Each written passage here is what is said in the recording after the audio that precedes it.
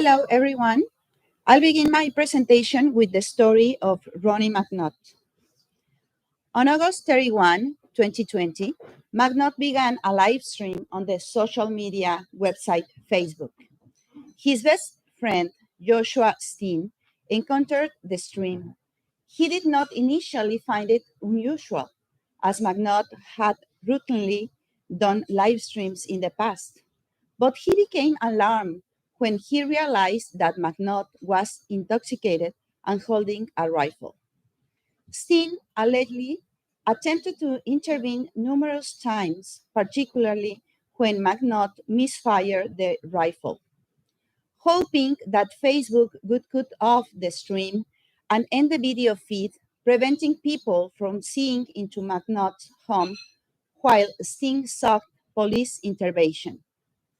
Facebook refused to cut the stream, claiming that the stream was not in any violation of its platform's guidelines. As the stream went on, McNaught's mobile phone rang frequently. The last call he received was from his ex-girlfriend, to which he answered, leading to a brief argument between the two. Immediately after McNaught would hand the phone upon her, he exclaimed, "Hey guys, I guess that's it," before proceeding to fatally shoot himself under the chin. A final message by Ronnie McNaught was later discovered on Facebook, declaring, "Someone in your life needs to hear that they matter, that they are loved, that they have a future. Be the one to tell them." The story of Ronnie McNaught shows us the influence that emotions have on the decisions of human beings, and that they are part of the human being and accompany him in each of the activities he carries out. Aristotle tells us that all the affections of soul involve a concurrent affection of the body. Examples of passions or emotions in Aristotle include anger, calmness, hatred, fear, confidence in the face of danger, shame, kindness, pity, indignation, envy, and emulation. He also emphasized that feelings change men as to affect their judgments.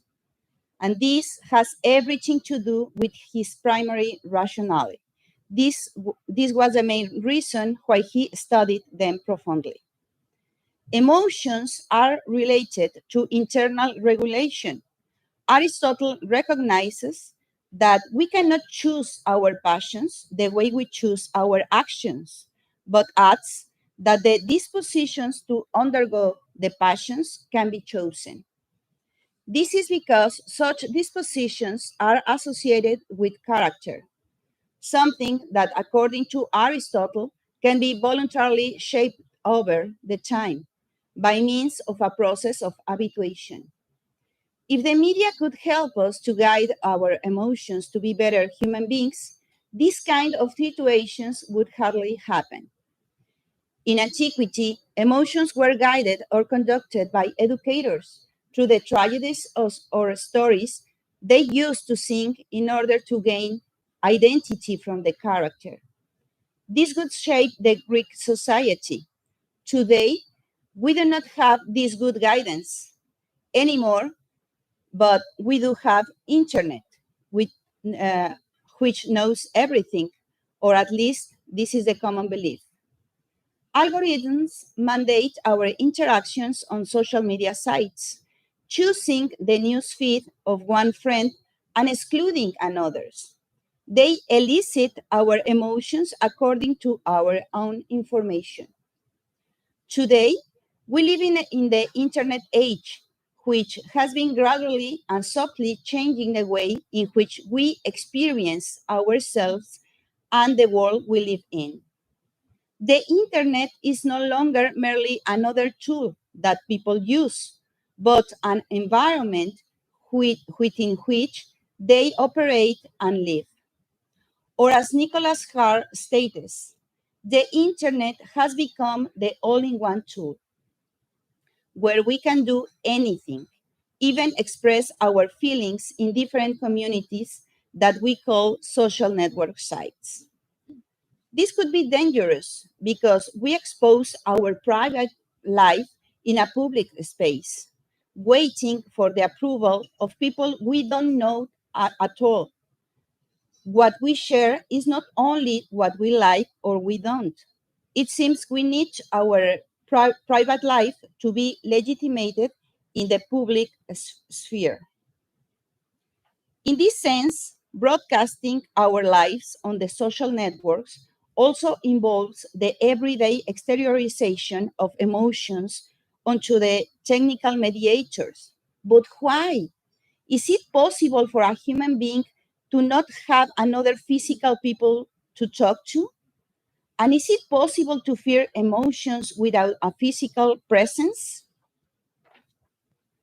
Emotions are perceived as interactional and embodied, but emotions are also a key not only to interactions at the micro level of individuals, but also to the shaping and reshaping of macro social structures, such as cultural norms, political structures, and economic processes. And this is the reason because emotions now are expressed through social networks, because these are the new ways to socialize between people. So, not only our interactions are in social networks, but our feelings. In fact, Bensky suggests a new modes of embodiment and co-presence on the web, like a prosthetic membrane substituting the actual body. This is something natural in the case of the digital natives, but not for the digital immigrants. The people born before the internet is capable to compare different ways to shape emotions and opinions, experiences, and to choose the best. But the digital natives born with the technology, so they are accustomed to live, interact, and feel in them. They are part of their lives. Some studies have shown that if young people do not continuously receive text messages, they feel unloved and forgotten. And this is because messages and postings contain a form of meta content implying that the sender is thinking about the receiver. In a study on the mobile phone, informants claim that the phone enriched their social life, furthering opportunities for self expression at the same time as managing and remaking relationships with friends and family. This situation guides us to see the increasing importance of connections and connectedness linked to the self expressions and identity negotiation. It is important to highlight the way in which the social networks influence people's identity. According to Svensson, people turn to feelings in order to locate themselves because they don't have a place. They look for an identity which was lost in the modernity. So, modernity was the beginning of the deconstruction of the human being. First, the external, and later the self. That is our body with post-humanism and now with virtuality. This situation led us to move away from the world, from the others. And now the subject finds himself desolate without solid foundations and hold on to, and with the only reference of himself to reconstruct himself, to freely choose what to tie himself to. Hence, the importance of social networks through which human beings interact with others to find the place they have lost in the physical world.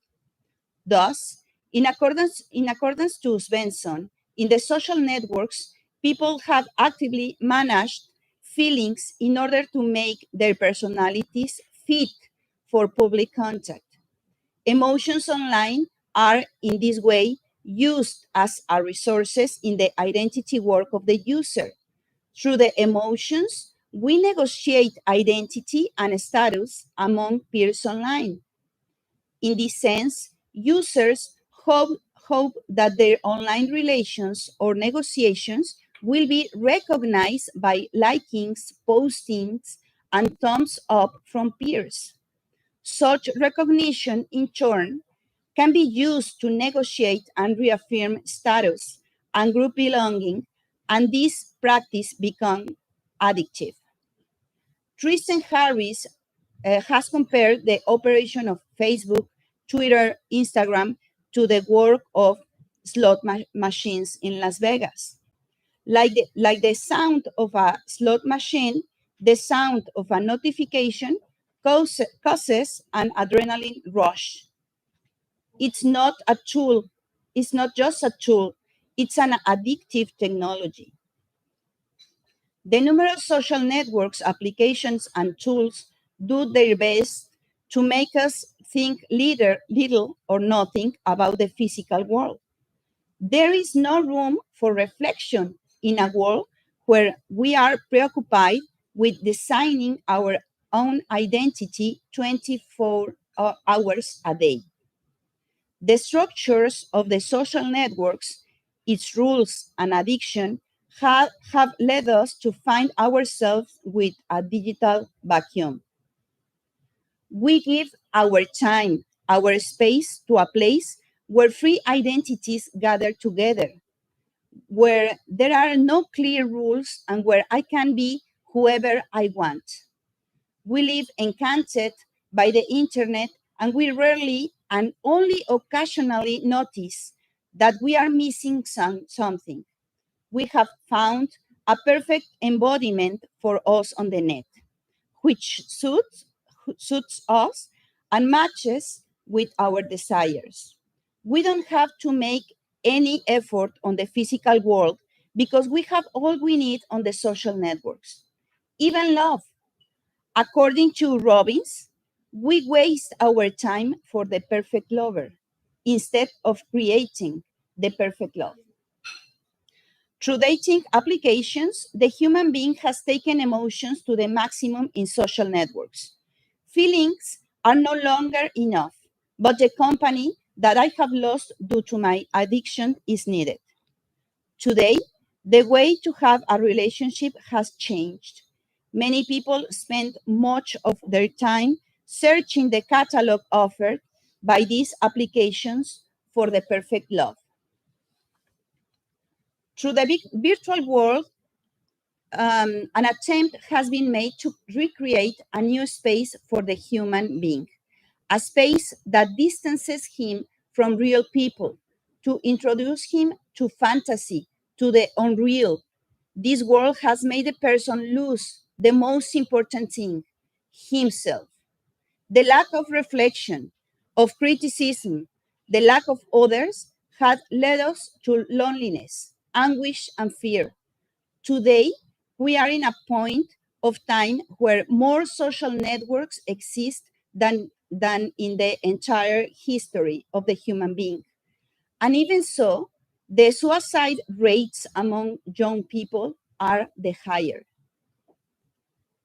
Even parents, many of them who have abandoned their children on smart devices, physical friends who have been exchanged for virtual ones, couples who have cheated on each other virtually. Society is being educated through the technological determinism of these devices. Today people live through its rules, judgments, and motivations.